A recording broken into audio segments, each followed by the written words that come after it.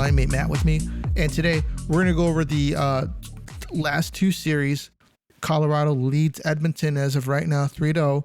It's 3-2 with 3-2 Edmonton, 17:36 left in the third.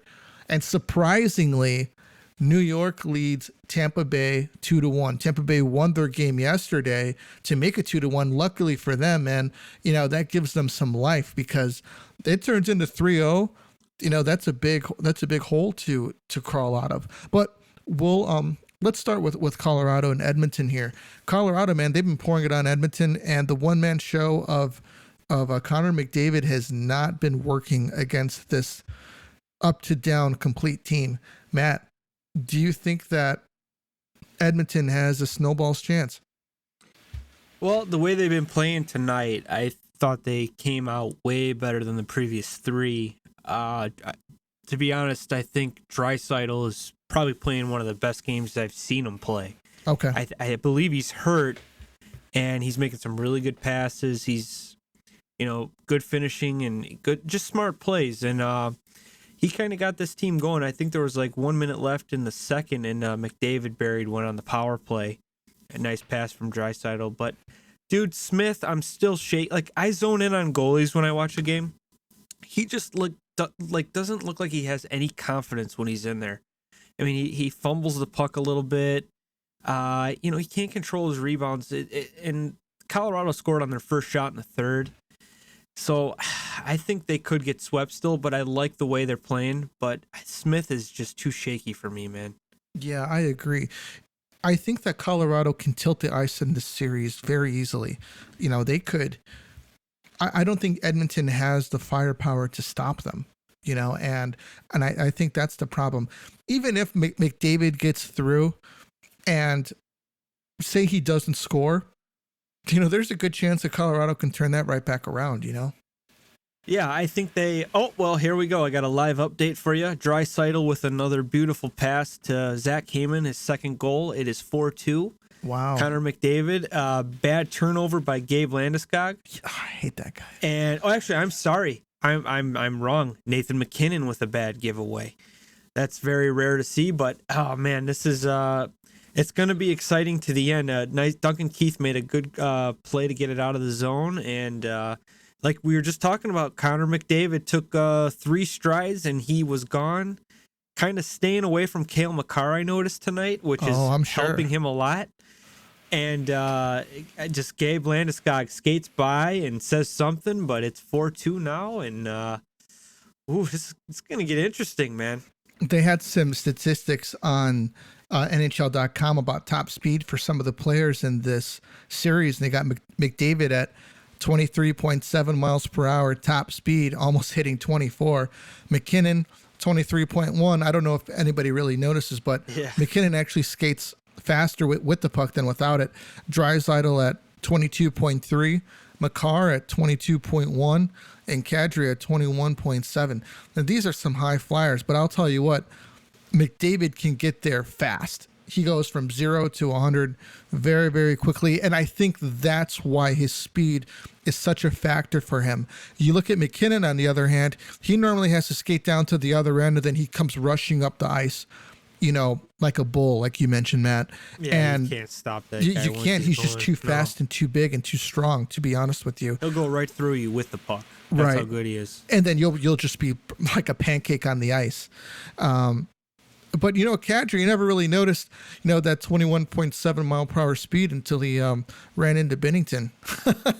Yeah, and we were talking about this earlier, me and you privately, and there's a lot of crap going on. Like, Kadri is just this saint now, and I mean, have we forgotten about his track record the previous years? I mean, he's been suspended at the worst times, dirty plays, fined, and like we don't want to see the guy get death threats or anything over a sports game, but that's absolutely not right. But come on, he's no angel. I think he knew what he was doing when he was going that fast into the Blues net and taking out Binnington. It changed the series around. I thought Binnington played great up until then, and But Colorado making him out to be like some saint. Like, oh, yeah, we changed him. Nah, he's still the same dude. Yeah, he was the same dude last year, taking untimely penalties.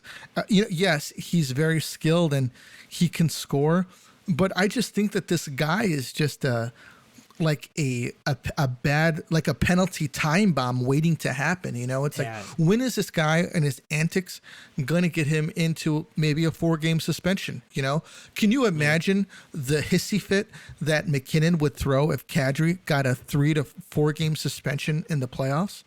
Well, here's the thing too. He's hurt now. I'm not sure. I think it was Evander Kane. He's suspended for it. Right. 1 game, right? Yeah, Evander Kane is another winner who doesn't seem to be changing his ways either. He's been fined. He's we know his off ice problems, but these are 2 guys that are just they kill their teams.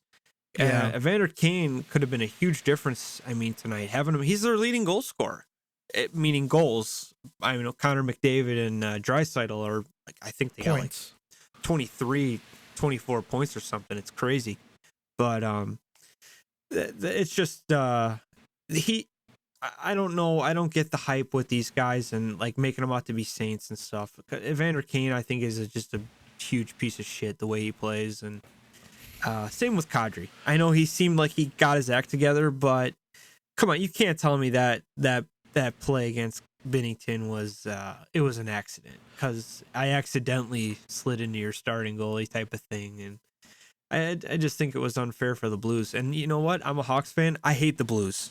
So it says a lot. Do you think that Evander Kane has more upside than Kadri?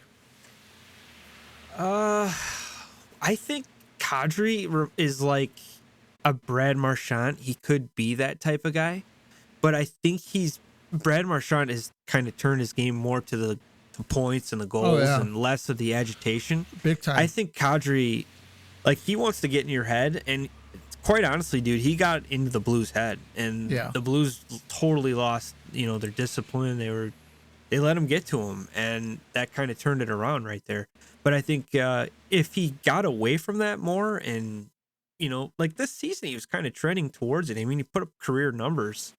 I'm not sure if Colorado's going to have enough money to re-sign him or anything, but if he can stay away from that, that stupid after the whistle scrums and just kind of stupid hits, I think he'd be an elite top 10 player, but he just can't get away from that crap.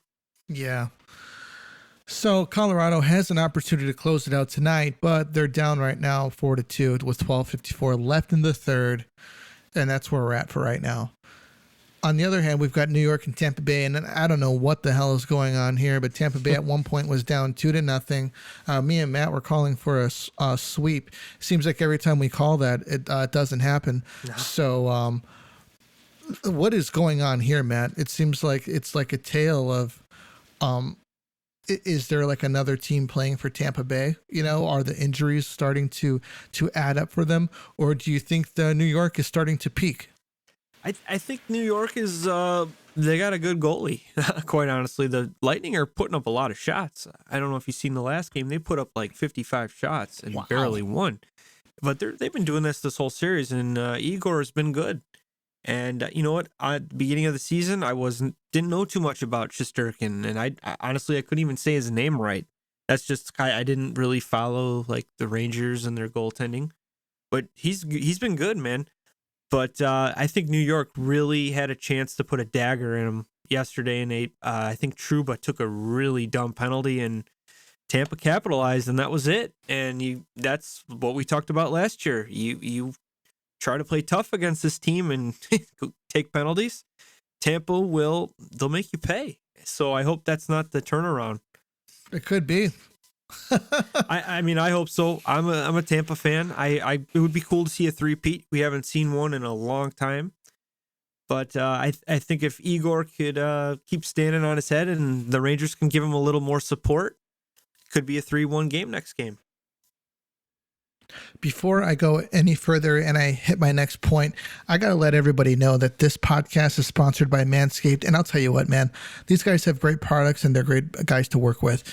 they have this thing called the weed whacker, and essentially what it is it takes care of your like your nose hairs and your ears hairs, which would, I know a lot of hockey savages out there have it, and it needs to be taken care of. Do us a favor, use our code Shy Tomahawk and get yourself one of these weed whackers to take care of that, because it's unsightly, and you want to be one of those dudes walking around with a forest coming out of your ears.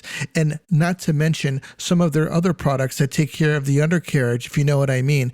Be a little considerate, to your lady friend, your wife or your significant other or what have you, and make sure that you trim everything up down there and get everything taken care of. They've even got ball deodorant, which is something that I've never heard of before, which I thought was absolutely hilarious, but they have it, and you know what? It's actually pretty cool. It works. And one of their kits, they have what comes with the shaver. It comes with the ear weed whacker, and it comes with a pair of boxers that are pretty awesome. I used them to run in a couple days ago, and they actually worked out pretty well. So do us a favor, check out Manscaped. They're awesome. Products are awesome. They shipped it to me. I'm going to let you guys know. And I tried it out. It was something that I was actually looking to buy myself, but I didn't. They sent it to me.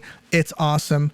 I'm going to keep on using it, and I'm going to let you guys know how my how my Manscaped journey goes.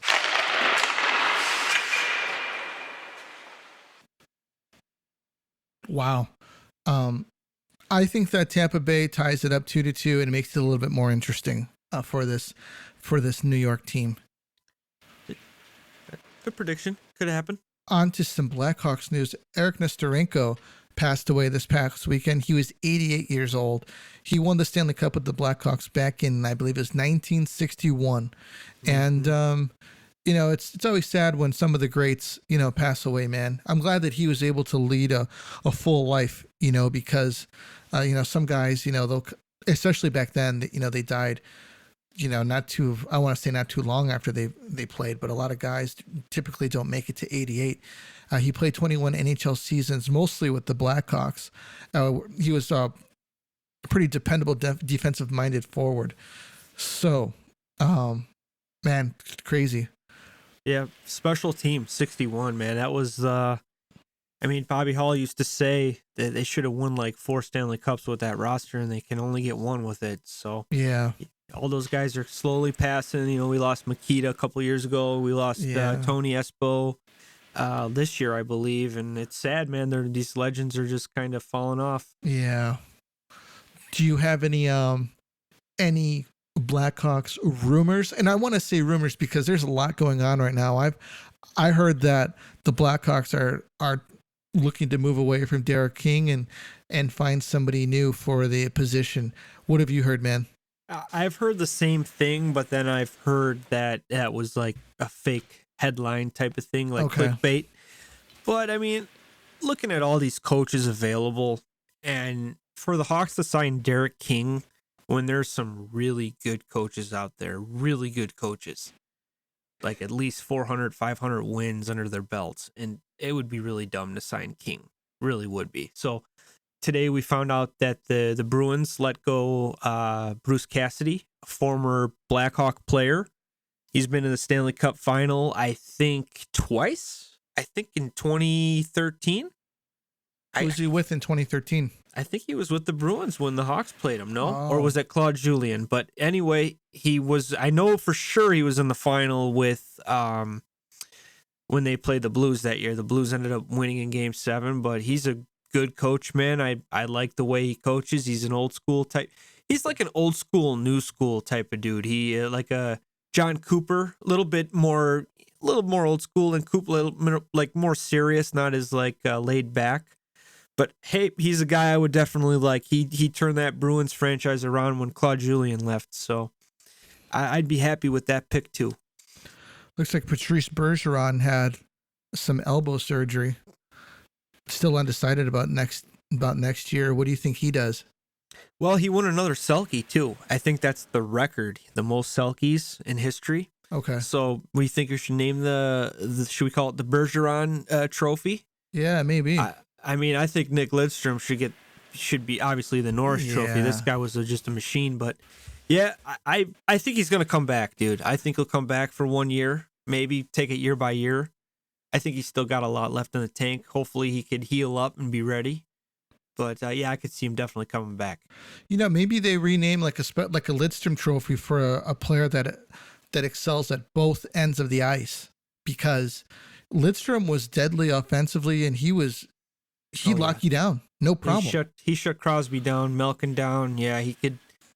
Yeah, that'd be a great award, and make something else like the offensive defensive award, like the Cale Makar award. Just saying, you know what I mean? Like a guy who's going to put up a crap ton of points and 30 goals. I think he scored this year, but yeah, or a Jarmelson award, a guy who's blocking shots. Yeah, and maybe a shot blocker award. Maybe like 1 goal a year and a couple assists, but. I'd like to see the NHL do something like that, because these defensive defensemen, man, they don't get any accolades at all. Yeah. It's maybe I was gonna say maybe name it the Carlson Award. Oh, for the offensive defenseman award. The offensive, and then he'll lose like the plus minus. He's like a minus 42 with 100 points. Wow. Something like that. Well, cool, man. Do you have any more rumors? I did hear the Red Wings are also interested in Alex DeBrincat. Really? Add that to the list. I could see him and Dylan Larkin, Tyler Bertuzzi absolutely tearing it up on a first line. I think we talked about this in previous podcasts about the Jersey rumor with getting him with Jack Hughes. I think that'd be a good little tandem, but I mean, I'm not a big Jack Hughes fan. I know he's still young. I know he's overpaid, but he's their guy, so they need a sniper now. So I could see them making a push for DeBrincat if he's even available. I hope he stays. I hope Kane and Taves stay, but I heard the Hawks are open for business. They're listening to anything. Really? So if Davidson could land some first round picks, some good prospects, I'd say go for it, dude. I'd say go for it. Colorado has just scored a little bit ago. Scores 4-3 against Edmonton. Edmonton's leading. 9:28 left in the third. Man, I wonder how this is going to play out. Very soft goal by Smith. I don't know if you've seen it. Oh boy, here it comes, Matt. He got lost. He threw the puck away, sitting on his butt, fishing away like Malcolm Subban in the crease, and he's beating his stick to the ice, trying to break it. And dude, he's a very shaky goalie. I don't know what it is about him, but he's got to get his composure back and just make smart plays. Stop playing the puck and trying to score goals, setting up the guys. You're not a goal scorer. You're not a playmaker. You're a goalie. Stop the puck. I mean, it's playoff hockey. It's tight. You don't need to worry about a breakaway pass. Just, you got a 4-2 lead at the time, and you just kind of made it easier. You gave them life. So it's going to be exciting, man. It's going to be an exciting finish. If Colorado ties this up, I think they win the game. Oh, for sure. They're going to have all that momentum. And it's going to take, Edmonton could take a stupid penalty, and that can end it too.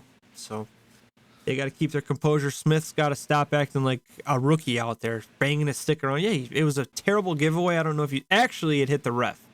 But I don't know why he's out there playing the puck when he's got two defensemen right next to him. Bowen Byram with the shot. He loses his net, and they kind of crashed it. I can see maybe a little bit of argument with that, but still, there's no reason to play the puck right now. Stay in your crease. Stop the puck. Let me see here. Kyle Connor of the Jets. He won the Lady Byng Trophy. Talk about probably the most untalked about good player in the league, man. You never hear anything about Kyle Connor. And this guy's, he's a solid player, man. Usually when he plays, he's all over the place. Well, dude, that's kind of makes sense now. Like, hey, we don't need Patrick Laine. We got Kyle Connor. He put up 40 goals this year. He put up 40 assists, I think. Plays hard, both sides of the ice. He's a very good player. I had him in fantasy this year, and he was an absolute beast for me. He always came through when I needed him.